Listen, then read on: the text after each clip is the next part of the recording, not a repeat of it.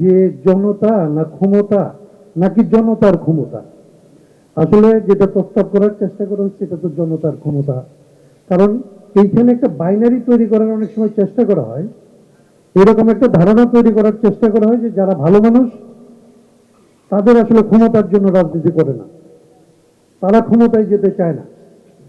এইটা আসলে রাজনীতি দেখে রাজনীতির ক্ষমতায় অংশ নেওয়া থেকে আসলে ভালো মানুষদের অনেকাংশে বিরত করার এক ধরনের একটা হাতিয়ার হিসেবে কাজ করে।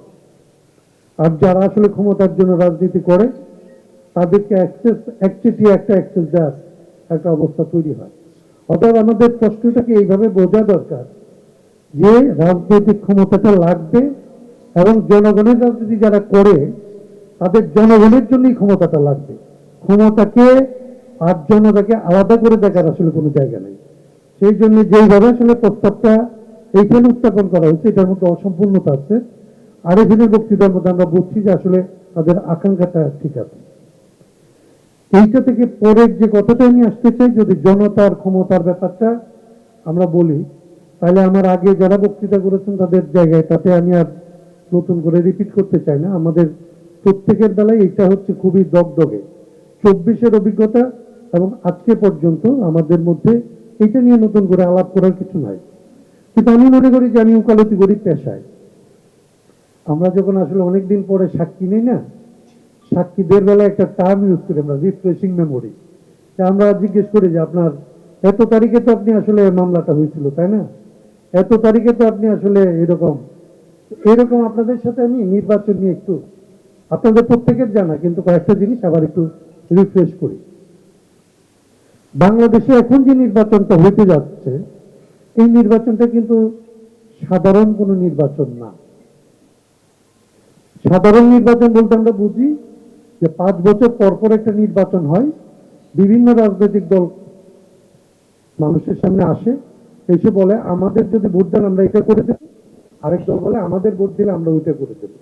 এবং এই যে পাওয়ার ট্রান্সফারের ইলেকশন হয় এটাকে আমরা জাতীয় সংসদ নির্বাচন বলি। এই রকমের নির্বাচন বিশেষজ্ঞ এখানে আসছেন, তার আলাপ করলে ভালো হইতো, কিন্তু আমি তার জায়গায় একটু অ্যাক্সেস করি। এই রকমের নির্বাচন আমরা 53 বছর ধরে দেখেছি। 70 সালে চেয়ে আলাদা একটা নির্বাচন হয়েছিল। সেই নির্বাচনটা ছিল একটা সংবিধান করবে এবং একটা সরকার গঠন করবে। 70 সালের কাগজগুলি আপনারা যদি আসলে আমাদের দেখেন, স্বাধীনতার যে ঘোষণাপত্র কিংবা 7ই মার্চের ভাষণ যেগুলি খুব রিপিটেড হয়, এগুলি যদি আপনারা দেখেন দেখবেন 7ই মার্চের বক্তৃতায় শেখ মুজিবুর রহমান বলছেন যে কি অন্যায় করেছিলাম আমরা, এবং আওয়ামী লীগকে জনগণ ভোট দিয়েছিল, আমরা পার্লামেন্টে বসবো, এই দেশের জন্য শাসনতন্ত্র তৈরি করব।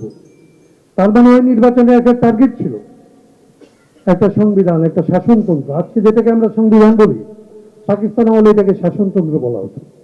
তার মানে 70 সালের নির্বাচনের দুইটা ব্যাপার ছিল। একই সাথে সে একটা কনস্টিটিউয়েন্ট অ্যাসেম্বলি, যে একটা সংবিধান বানাবে এরকম একটা জায়গা ছিল তার, আরেকটা জায়গা ছিল সে একটা সরকার গঠন করবে। তারপরে ঘটনা আপনারা জানেন, আমি ওটা নিয়ে আলাপ করছি না। এরকম নির্বাচন আমাদের 46 হয়েছিল, কেবলমাত্র ক্ষমতায় যাওয়ার জন্য না। পাকিস্তান হবে, ভারত হবে, পাকিস্তানের জন্য আলাদা সংবিধান হবে, এরকমের একটা বিষয় আসলে ফয়সালা হয়েছিল।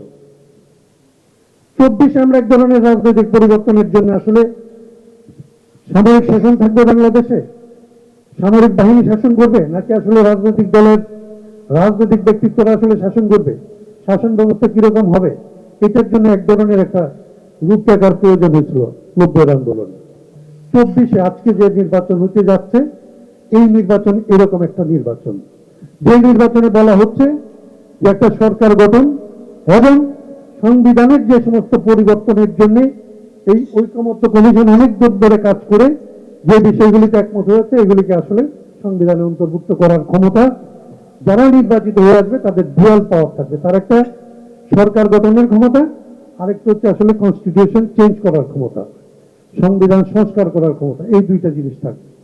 এই কথাটা আমি কেন বলছি, এইরকম ঘটনা যখন আসলে বাংলাদেশে ঘটছে, প্রত্যেকবার দুইটা ঘটনা ঘটছে। যে সাধারণ নির্বাচন হলে টাকা পয়সার খেলা হয়, মাসেলের খেলা হয়, কার কত শক্তি আছে, কার কত টাকা আছে, তারা নির্বাচিত হয়।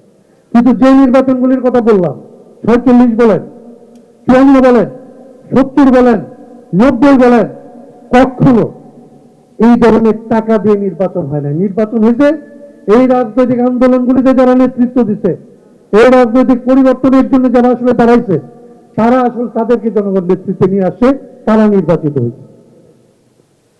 বাংলাদেশের এবারের নির্বাচন একটা ব্যতিক্রম অবস্থা দাঁড়াইছে।